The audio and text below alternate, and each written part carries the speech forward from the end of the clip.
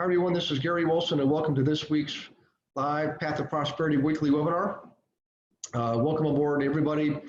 We've got some newer students in the property management program coming on board, so that's a good thing. And most of you are in the investor agent program. A couple of you are in the flipping program too. So for all the new folks, just a quick little bit of admin here. By default, you're in mute. All of us are muted except for me. I will from time to time unmute you. You'll be live, vocal, everybody can hear you. But generally speaking, you can use the chat box to type in your questions. That would be great if you could do that. Always, as much as you can ahead of time, prepare me for what you want to discuss, because I take some time to prepare for the webinars. And if I know what you want to discuss, I'll be prepared for that, okay? Also, make sure you get the email the next day from Beverly. It's going to contain the recording of the previous day's webinar, of course. Also going to contain scheduling updates, system updates, so forth and so on. So always get the email from Beverly. A lot of your questions will be answered in the email there. Okay, she's a great program director, and she's really on top of her game. In any case, so take a look for the email every time we do one of these webinars, which is every single week. Without further ado, what I want to do is dig into tonight's subject, okay?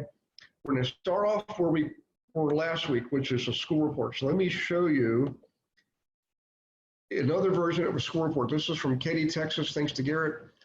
He was temporarily out of, not able to have office. So he did this, he just created this by hand using the techniques that we teach. How do you actually create the school report, which is what we went over last week. By the way, real quick pause here, guys. Just to reinforce something here, these weekly live webinars are not necessarily in sync with your training material. I mean, sometimes they are, but it's usually, these are live, interactive, unscripted. You pretty much tell me what you want to discuss ahead of time. We prepare for it. So if this happens to be coinciding with where you are in your training material, it's simply coincidental. So any case, so back to this.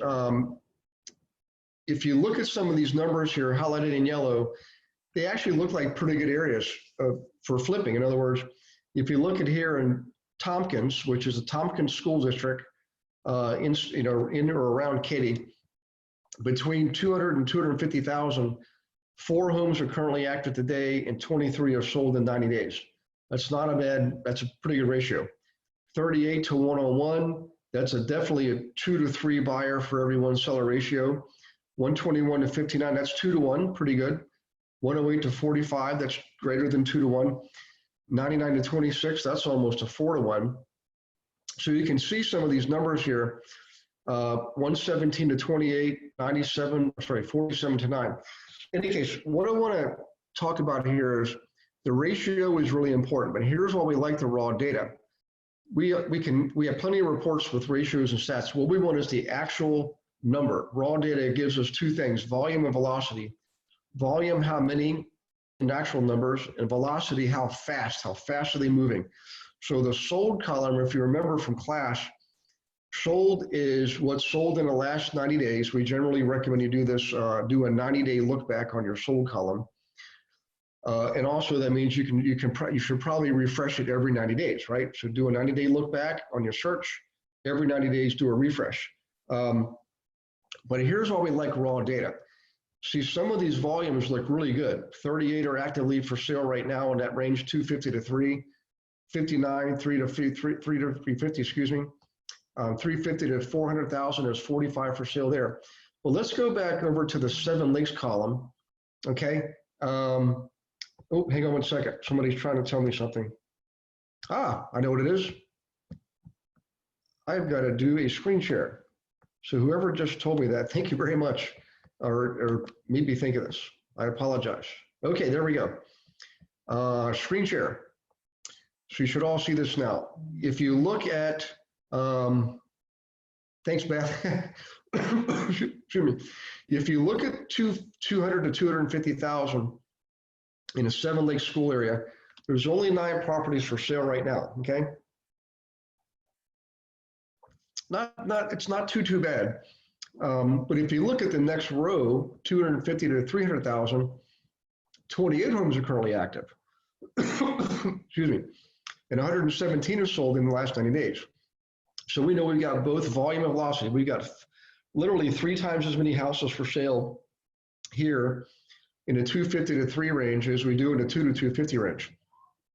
And I don't know about you, but I would rather work in an area where there's, you know, more properties for sale as long as they're actually selling. That's why you got to have both things. You got to have volume and velocity, supply and demand in numbers, the greater the better. So if we look here, for example, back under Tompkins, 300 to 350,000, 59 are for sale today, the day the reports run, and 120 are sold in the last 90 days. That's a pretty good, I mean, anybody can make money in this area, right? So again, what we're looking for is that combination where there's demand is greater than supply, roughly 2 to 3 buyers in 90 days for every 1 active seller. And we want to see volume, we want to see higher numbers, okay? I'm not saying you shouldn't work here, Garrett, in this 2 to 250 range in 7 lakes. What I'm suggesting is there may be other areas that might be better. So in any case, let me just make sure this isn't someone trying to tell me something else here. Hang on 1 second. Remember to use the chat box, guys. If you use the chat box, let's see here. Mark Dorsworthy from Lake Charles. Okay, that's where I'll be tomorrow. So in any case, so back to this. If you can use the chat box, that would help a lot. So I would probably lean towards Tompkins, 250 to 3, 3 to 350, and 350 to 4. I would even look at down here, 450 to 5, 32 are active, 68 sold, 500 to 600,000, 48 active, 87 sold. I mean, these are some good numbers, guys. In our 7 lakes, I would definitely look at 250 to 3. Under Cinco Ranch, I would look at the 250 to 3. Okay, even look at 350 to 400. And over here in Taylor, anywhere between 250 and 400 in those 3 price brackets, I would definitely look there. There are some good areas here, guys. I got to tell you, I mean, it's obviously it's an active area. Now the trick is how do we find the right properties in those areas instead of just looking on the MLS for our clients? That's not going to help us with our investors. I mean, you'll find some good deals on MLS, but not really often enough to make it worthwhile. So while we use the MLS, it's more pertinent to the owner-occupant crowd. When it comes to investors, we've got to use other techniques like using a letter campaign, for example, combined with public records to go under the radar screen. So let's talk about that, okay? Everybody okay so far? So if you can give me a quick chat, let me just double check and make sure everybody's okay. So let me know if you're okay so far on the school report, okay? Let's see. So, oh, Genevieve's saying this is over 6 months, not 3 months. Okay, let's think about that now. So it actually makes more sense because 100, 120, 108, that's a lot. So if you cut this in half, that's still 50 properties in 3 months. That's 50 properties in 3 months. That's 60 properties. That's 25. That's actually still pretty good. Okay. You've got, in other words, you've got a days on market that's very attractive, and you've also got a lot of volume in the active column. Okay. So let's do this. I want to switch gears and go to some of the tools. So hang on just 1 second. I'm going to go to, let's see here. All right, that's our county search. Let's do this. I'm going to go back here. If you think about it, guys, let me do a screen share. Hang on just 1 second. So share, I'm going to share this. There you go. Okay, everybody should now see on their screen white background with blue horizontal bars. The top one says home, filings, search, reports. If you wouldn't mind, one of you just shoot me a chat, say yes, you're seeing the screen. I believe you can, but that would be great to have some confirmation. Okay, let's see here. Everybody's saying yes, excellent. Okay, let me just back up a second. I'm going to show you where this comes from, okay? Let's go back to search by case number. All right. Actually, we don't want to search by case number. We want to search by filing date. So this is another county. If any of you want me to bring up your county's public records, just shoot me the link. As long as you've used it, you know it's a good link to use. I'll bring it up here on the computer, and we can show you how to use your county's public records. So this is from another county, and allows us to search by case number, by lot and block, okay, by the name of the person or a person in the case, and more importantly, search by date. So we're going to search from the last week, last Monday to this Monday, okay, which is today. We're going to apply it, and we're going to search. Let's see, what do we have up here? We've got a, what kind of cases? I'm looking for the case ID. Arbitration, so this is probably a landlord or tenant case. Let's do another type of search. Let's search on mortgage foreclosure. Let's try that one, okay?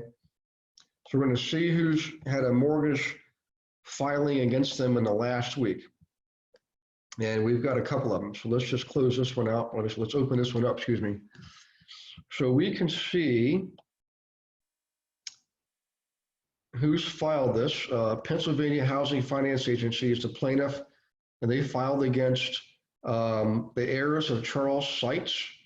So I'm guessing Charles Seitz owned a home. He passed away, so there's probably going to be a probate record too on this. And his heirs are now being named in this suit, Corey, Kenny, and Charles Jr., okay? So we can see the address, the property address, 3117 Garfield Avenue, West Mifflin. So what I would do then is if we know based on the school area where we want to flip homes, we would also use Melissa data. So let's go to Melissa data real quick. Let me just show you that. Okay. Melissa data lookup. Okay. So an address search, we're going to do, actually should do this. We want cart zip. So let me see if I can find, that's not what I want there. Let me do this. 1 second. Close that on that.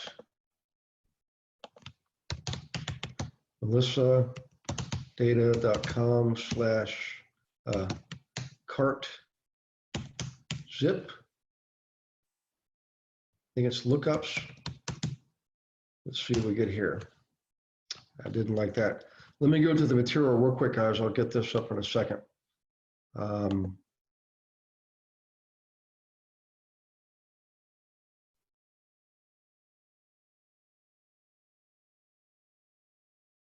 Go to the training material. Okay, computer. We went investor agent workbook. What I'm gonna do is I'm gonna get the exact link. I'm gonna tie everything together for you in one comprehensive example, and then you'll know exactly how to use this information when you're looking to find inventory, okay?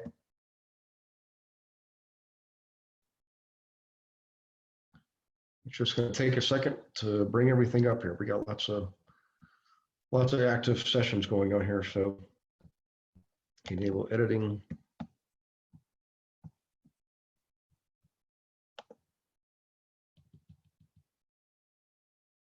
Oops. Okay, almost there.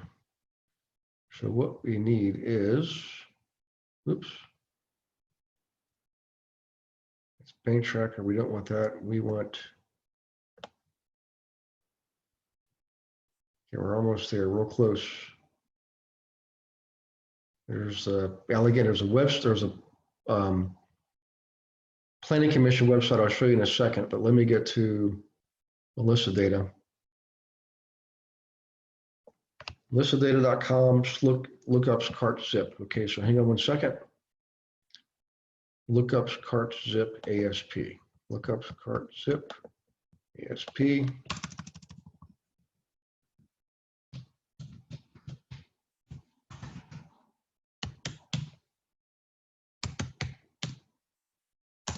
And now we should get what we want.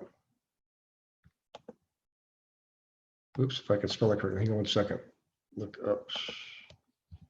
There we go. Now we get what we want. Okay. So let's just type in a zip code. Let's see here. What's a good, how about Garrett or Genevieve, if you're on, shoot me a chat message, Genevieve, and give me a zip code for the Katy area, okay? If you go, or Katy, or if Garrett, if you're on, either one of you, if you could give me a zip code for the area where these school districts are. I'm going to show you how to tie everything together.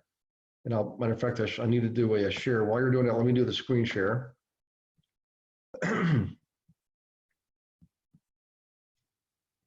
It is, I'm going to close some of these out. File Explorer, that's not what I want. Here it is. Share there. Okay, 77449. Thank you, Genevieve. 77449. Okay. Submit that. Let's scroll down and see what we got. Okay, this is really cool stuff. So they've actually changed their format here, which is probably a good idea.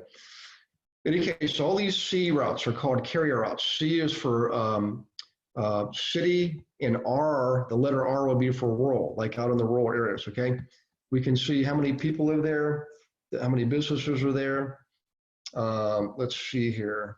No apartments in this zip code, in this area, sorry, this carrier out of the zip code. 2 vacant, average income, 78,000, average property value, 164. This is a pretty darn good area, okay? So what we can do is, if we know we should be looking between, you know, what was our, let's go back to the school report. Let's say 2 to 250. We're gonna go back to here and look for anything between 2 and 250. Here's one right here, 202,000. All right, average salary is 74,000, and there's 765 people there. So what we would do then is click on this map button right here. I'm going to click on that right now. Okay. And it's going to show you the carrier route. Okay. And if you can zoom in, by the way. Okay. Check this out and get the actual street names. And now let me zoom back out just for a second. Now you can actually, on your MLS, you can draw what's called a polygon and mimic this or copy this carrier route, okay? So in any case, that's one way you can use it. So I want to kind of tie everything together here. So now we know the zip codes. We know the zip code 77449. All right, if we go back here to our court case, now I'm using a different area, obviously, but let's say this zip code here for the defendant was 77449, then we know we got a good potential property of someone who needs to or wants to sell in the right neighborhood, in the right zip code, okay? And we can send those people the letter that we went over in class. We just went over that letter probably about a month or so ago, I think. How do we actually use the letter, all the steps involved? So in any case, the point here is we start off with school report. We narrow it down by school area and price range. We grab the zip codes that are served by the school area, okay, and key those in one at a time using Melissa data, one zip code at a time, all right? And look for the carrier routes. Let me go back to the actual table. We're going to look for the carrier routes, individual neighborhoods it is, for houses selling between, in this case, 2 and 250. And we have one here at 202,000. We got another one at 222.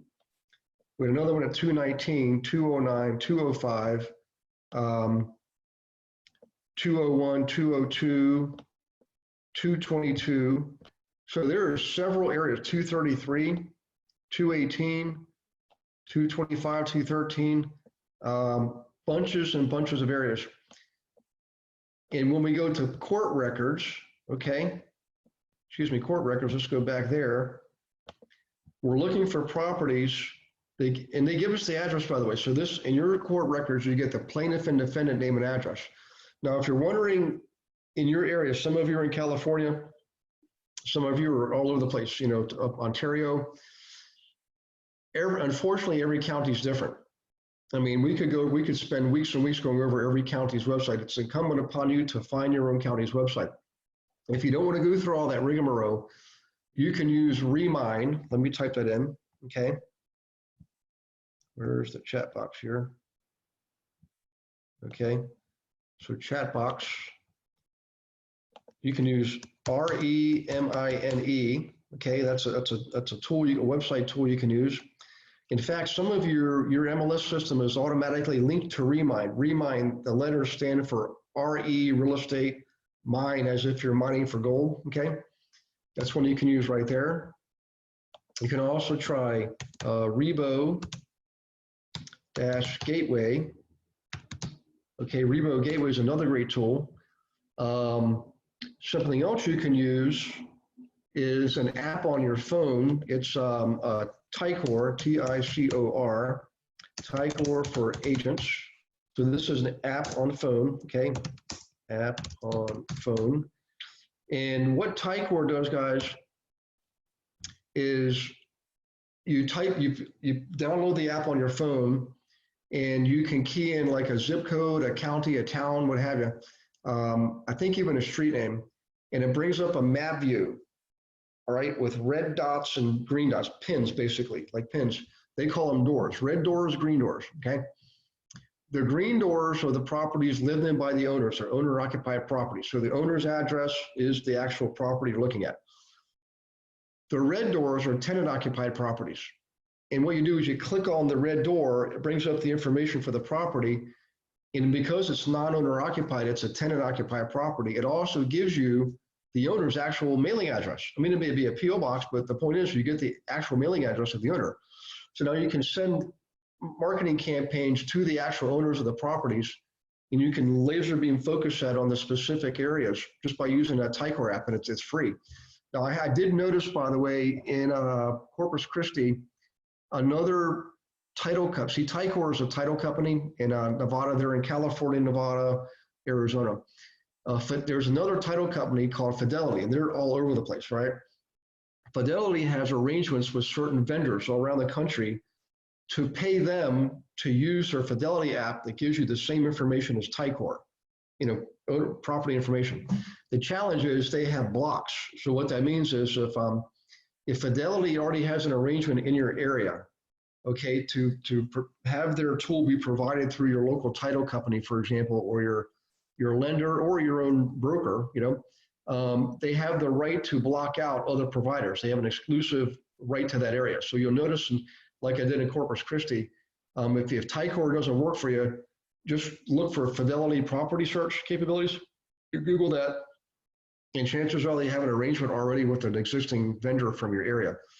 So in any case, I went off down a rabbit hole there just for a second, but just to show you, if you don't want to do this research yourself, if you don't want to go through these public records, okay, oops, you must log in, so I just got logged out or something here, okay.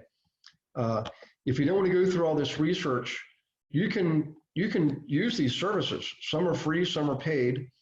And then they do all the work for you, and you just benefit, you reap the rewards of all their hard work. Now, a lot of you are in Texas because I've been in Texas for 2 months straight. Texas is a non-disclosure state, but that does not mean the information is not available. The information is definitely available, okay? Because of what's called in the state's Freedom of Information Act.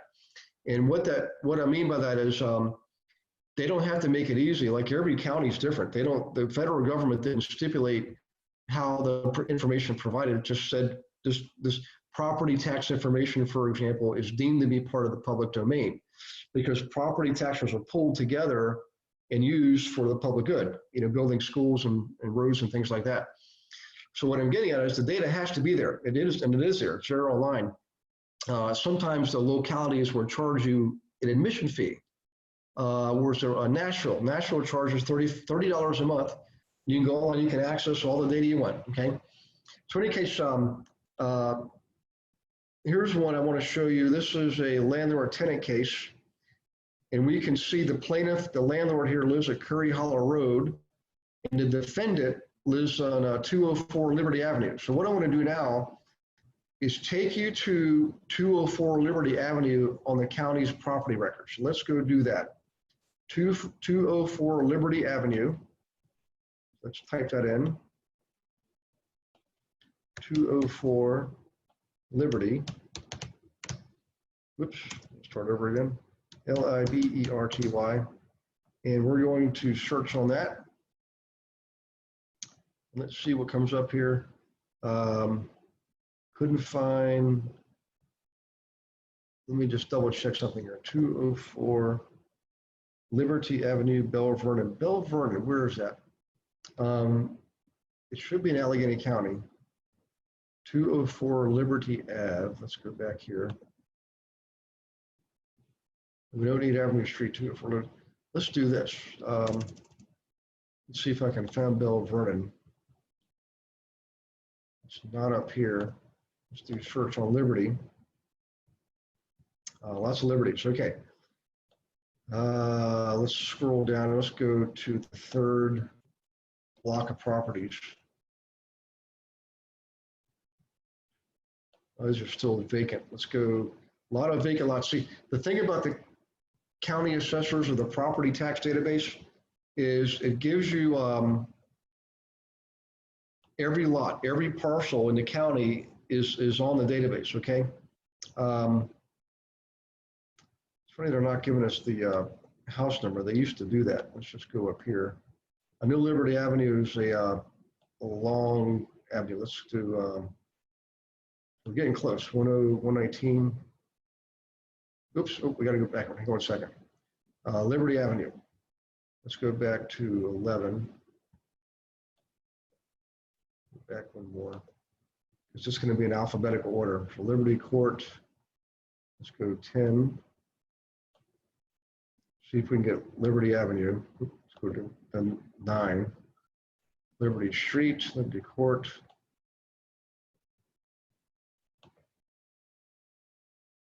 Let's try this one. Liberty Way, Liberty Avenue, there we go. Let's just pull this one up. Well, that's Western Pennsylvania Hospital. We don't want that. Iron Workers, that's all going to be business space. Let's try this. What I want to, I'm just going to show you one. Here's what I wanted to show you. Pull up the property record. You get all kinds of information on the property. All right, this one happens to be a vacant lot. In fact, let me go back, guys. I'm sorry. I'm going to go back. I want to show you one with actual confirmed form resubmission. Okay. Let's go backwards here. Start real estate search. Here we go. I agree. Let's do Liberty. Let's just do this. Let's do Center Avenue in Westview. Okay. Let's do a search. I'm just going to show you all the valuable information that's on this thing. Gobs and gobs and gobs of stuff. Let's just check this one out here. Robert Zeck. I don't know who the guy is, but vacant land. We want an actual property. So hang on one second. Let's go here. Oops, search. And we're going to scroll forward to maybe 7. Here we go. Robert Zeck, 921. Now we should get some good information. Here we go. Single family home. Sold in last 1998 for 43,000. Boy, that was a steal. Lot area, you can see what the market value is, full market value, and the assessed value, right, this year and last year. Full market value and assessed value don't always necessarily, or not aren't necessarily the same. In fact, they're often quite different. But if you go here, you get to see owner history.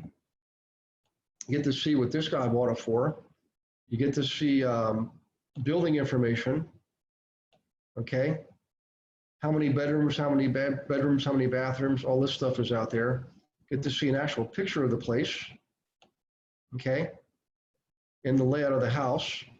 You get to see comparables. whoops, there we go. Comparables, okay. And also you get to do a map view of the place also. There we go. Bird's eye view right there. He's got a great little lot actually, by the way. In any case, here's what I want to get to. So we have school report, just so everybody just kind of put your pencil down for a second. School report. In Canada, we use different fields, section fields and stuff like that. And we use Canada Post. We don't use US Postal Service, obviously. All right. So we're going to narrow things down by school area and price range initially. Then we're going to go to our postal system. See, Melissa data is part of your postal system, right? We're going to look for zip codes being served by the school area and narrow down by zip code within the zip codes where the properties, right, are selling, in this example, between 2 and 250. So we narrowed on that. We can do a map view and do a map view search. Let's just bring this one up here. I think we did one earlier, but there you go. There's a map view right there, okay? So now we know specific pieces of zip codes, neighborhoods within zip codes that are selling between 2 and 250, which is what our school report told us we should be doing, okay? Now, we don't want to send letters or any marketing campaign to every single person in those zip code areas.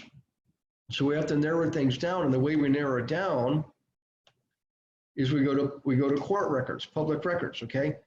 Again, we just looked at the case of a mortgage foreclosure here a moment ago. And of course, you get the defendant's address, so you can send a letter directly to the plaintiff. What I wanted you to think about is going to, we can look at Garfield, by the way, go to your tax assessor's database, okay? 3117 Garfield. And take a look at the property before you decide to send anything there, okay? Get all the information. Now you're sending this specific marketing campaign to specific owners of specific properties that we know need to or want to sell, okay?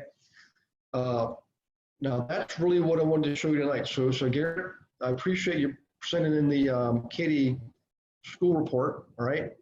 Because that led me to explain and follow up with what we did last week, which is how do we actually use the information?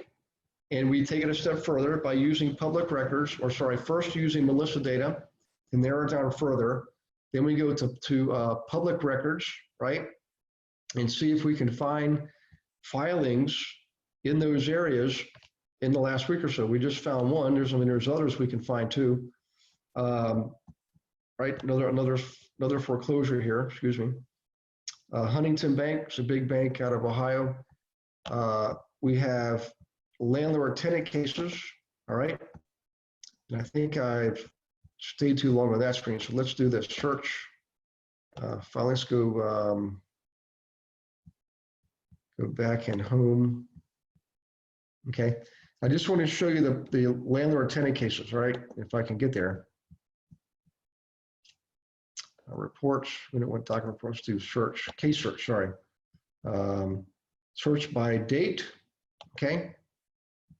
We can type in the type of record we want to look at: arbitration, family division, federal tax liens,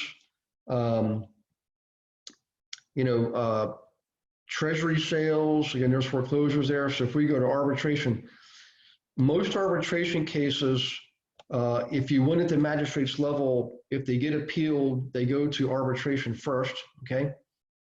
So that's why we're going to look at arbitration first, all right? And look for a landlord-tenant case. It'll be LT. So here's LT, landlord-tenant case, Arco Hill versus Edwards.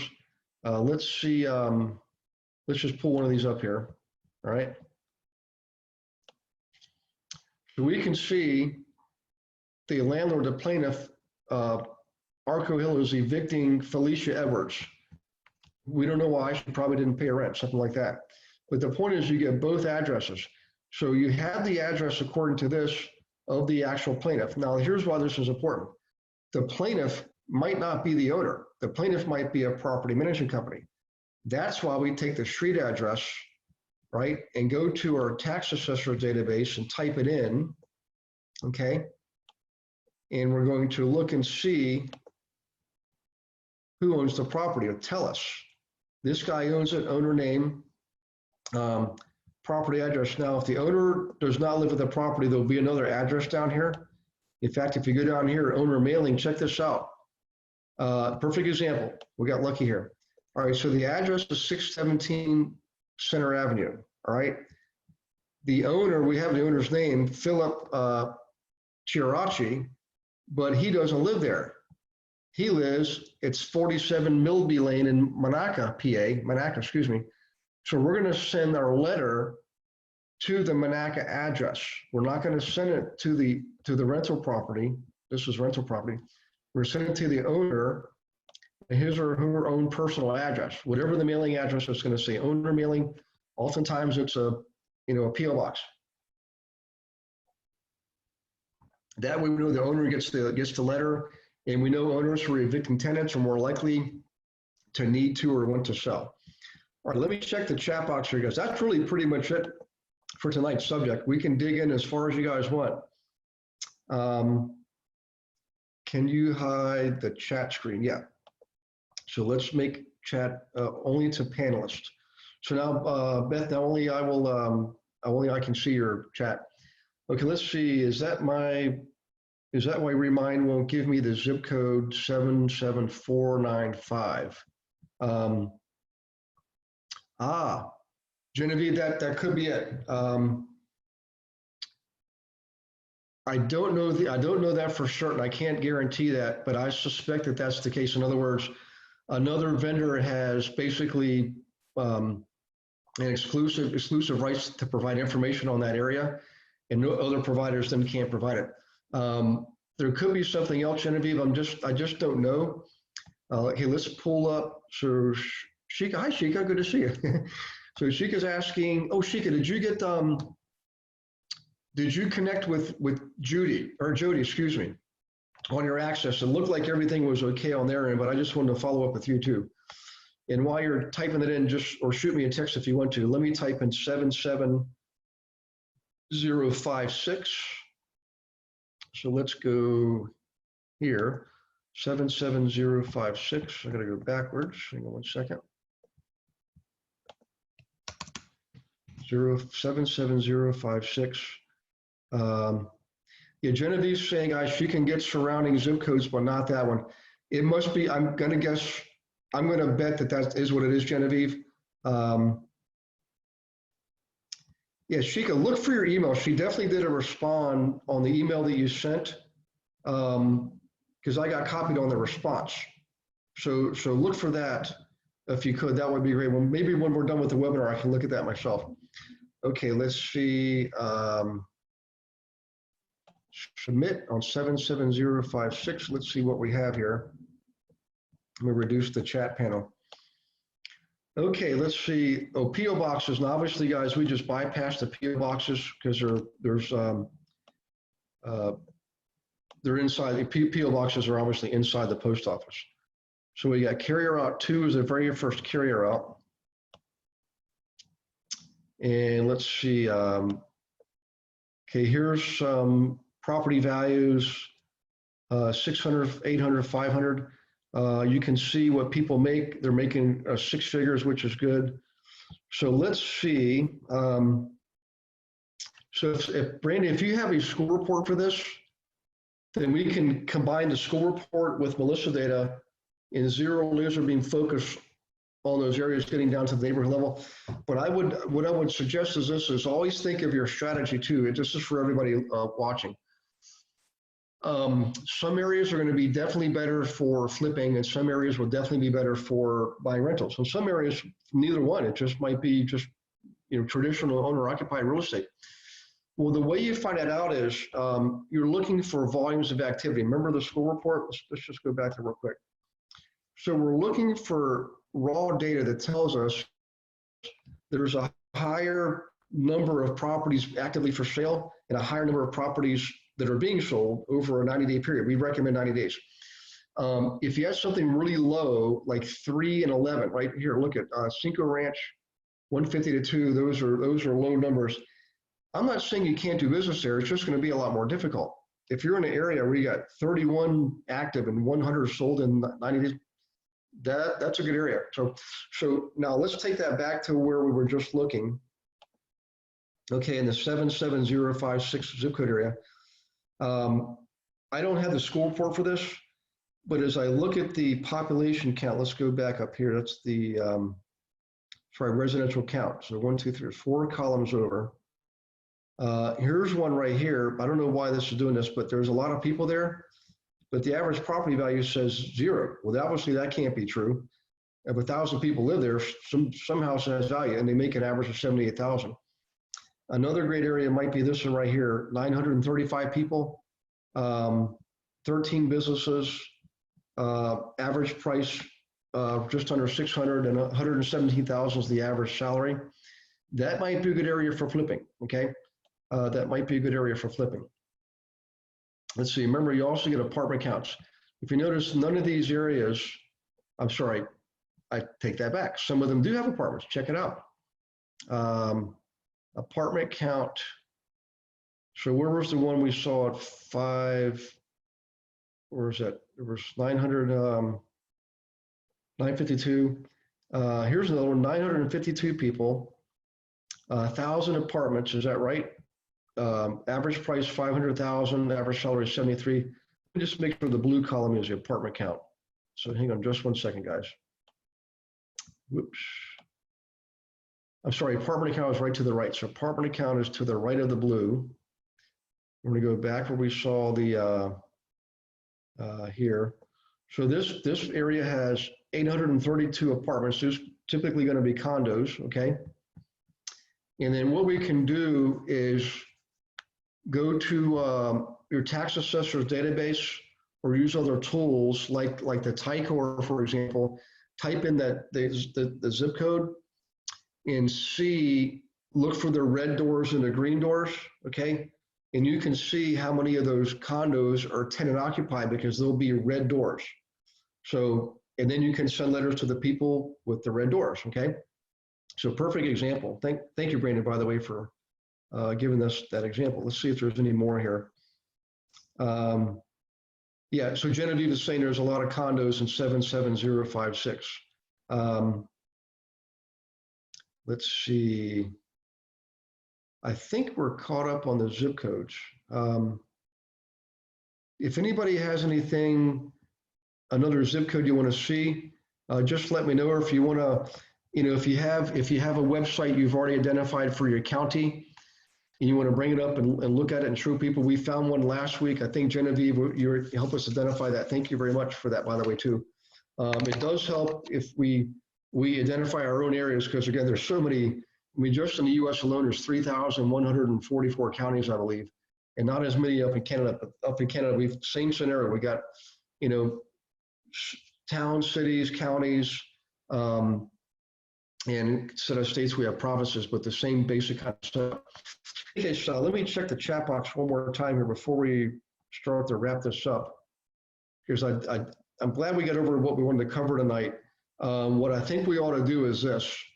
If everybody could take this challenge and go ahead and execute, use the letter, go through the iteration of the steps to identify where you want to send the letter, okay? And before you send it, let me know. Let's bring it up on next week's webinar so we can walk through and everybody can see what you're doing, how you're doing it, and then we can get that letter out the door. Because some of you are now in modules 2, 3, and 4, and I think you're pretty ready. I think so. I've had some strategy calls today and last week, and some of you are definitely, you're ready. In fact, I had, let's see, today that was, who was that? I'm sorry, I'm in the wrong month here. In any case, I want to keep you guys moving. So help me help you by taking action. If you're not sure what to do, you set up a strategy call. Use the link in your training material, set up a call with me, and I'll go through the steps with you, okay?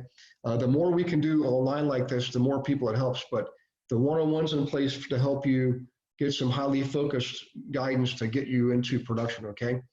In any case, guys, good session tonight. We covered a lot, man. Believe it or not, that was a lot of stuff. By the way, there's one more website I want to give you. Let me type that in.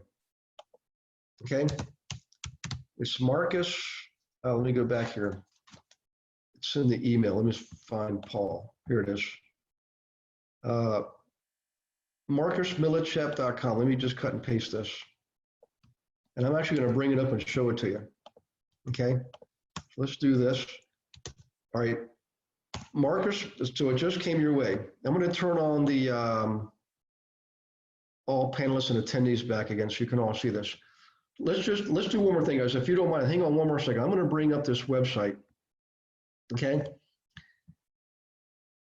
As soon as it comes up, I'll do a screen share so you can see it. I'm going to shut down these other ones, guys. So hang on just 1 second.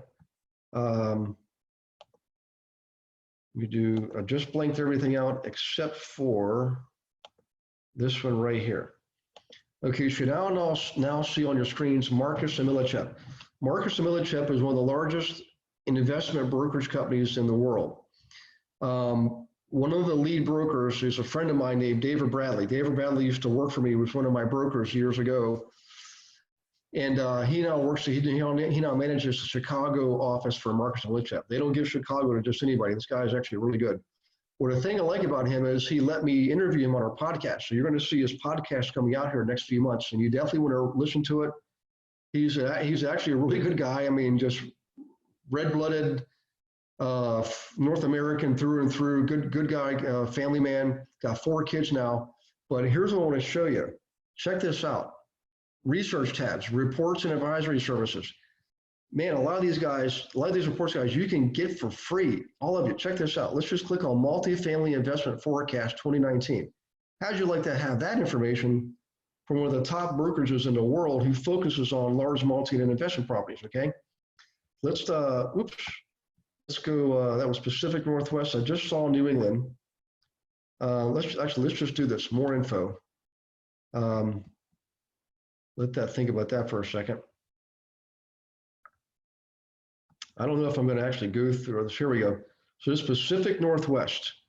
Sorry, that's an event you can go to. You may see some of these guys actually know. Brian Mayer, some of you recognize that name probably. Okay, so let me go backwards here real quick. I just want to show you some details, okay? News, events, and more. Connect now. Look at this. Value of recently closed transactions, 46 billion, 9,472 sales in most recent year. That is a lot of activity. I want to go back here to research. View our latest research. Let's go there. Hey, look, Canada. Hey, Louis. So I talked to David, and they did launch into Canada a couple of years ago. I'm going to go look up the Toronto office while I'm up there. But if you Google Marcus and Millichap, you can see their offices wherever they are, and they provide all kinds of great information. So this is, let's see if we can bring it up. Actually, I want to go back to the research. Hang on 1 second. I know I feel like I'm jumping around here, but I want to show you guys. Proven track record of closing transactions across the broadest range of investments and financing opportunities. Multifamily. I'm a big fan of multifamily myself, but they have a lot of really, really good information out here. Tap into our proprietary research. Sorry. All right, so this is multifamily properties available now. 776 multi-unit properties available right now.